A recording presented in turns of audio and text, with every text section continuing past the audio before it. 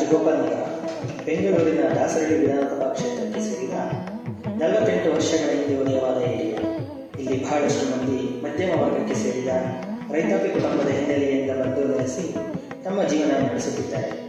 ಈ ಭಾಗದಲ್ಲಿ ಮಂಡ್ಯ, ಹಾಸನ, ತುಮಕೂರು, ಶಿರಾ, ಪಾವಗಡ, ಬೆಂಗಳೂರು ಗ್ರಾಮಾಂತರ ಭಾಗದ ಜನರನ್ನು ತಮ್ಮ ಜೀವನೋಪಾಯಕ್ಕಾಗಿ ಸಣ್ಣ ಪುಟ್ಟ ಉತ್ಪಾದನಾ ಕ್ಷೇತ್ರ, ಗಾರ್ಮೆಂಟ್ಸ್ ಕಾರ್ಖಾನೆಯಲ್ಲಿ ಕೆಲಸ ಮತ್ತು ಡ್ರೈವರ್ಸ್ಗಳಾಗಿ ಸಹ ಕೆಲಸ ನಿರ್ವಹಿಸಿ ತಮ್ಮ ಬದುಕನ್ನು ಕಟ್ಟಿಕೊಳ್ಳುತ್ತಿದ್ದಾರೆ.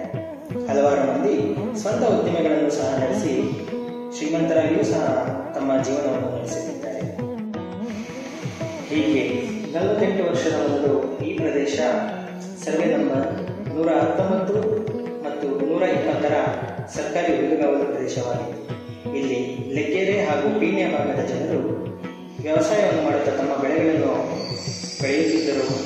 ಅಲ್ಲದೆ ಇದೇ ಜಾಗದಲ್ಲಿ ಮಿಲಿಟರಿಯವರು ತಮ್ಮ ಸೈನಿಕರ ಸಮರಾಭ್ಯಾಸಕ್ಕಾಗಿ ಈ ಹಳ್ಳದಿಣ್ಣೆಯ ಪ್ರದೇಶವನ್ನು ಆಯ್ಕೆ ಮಾಡಿಕೊಂಡಿದ್ದರಂತೆ.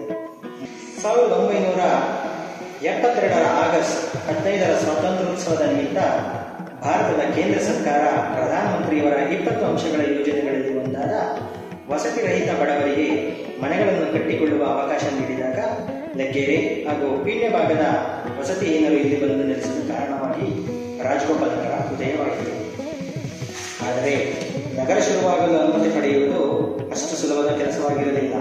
ಸುಮಾರು ತಿಂಗಳುಗಳ ಹೋರಾಟಗಳ ಫಲವಾಗಿ ಅನೇಕ ಹಿರಿಯ ಹೋರಾಟಗಾರರ ಶ್ರಮವಾಗಿ ಅಂದಿನ ಮೈಸೂರು ರಾಜ್ಯ ಸರ್ಕಾರ 1972ರ ಡಿಸೆಂಬರ್ 1ರಂದು ಇಲ್ಲಿ ಮನೆಗಳನ್ನು ಕಟ್ಟಿಕೊಳ್ಳಲು ಅನುಮೋದನೆ ನೀಡಿತು.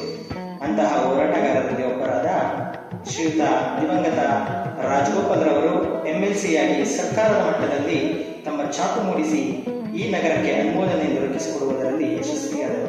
ಅದಕ್ಕಾಗಿ ಅವರ ಈ ಕಾರ್ಯದ ಸ್ಮರಣಾರ್ಥ ಅವರ ಹೆಸರನ್ನೇ ಈ ನಗರಕ್ಕೆ ರಾಜಗೋಪಾಲ್ ನಗರ ಎಂದು ನಾಮಕರಣ ಮಾಡಿ ಈ ಮೂಲಕ ಅವರ ಕೆಲಸಗಳನ್ನು ಸ್ಮರಿಸಲಾಗಿದೆ.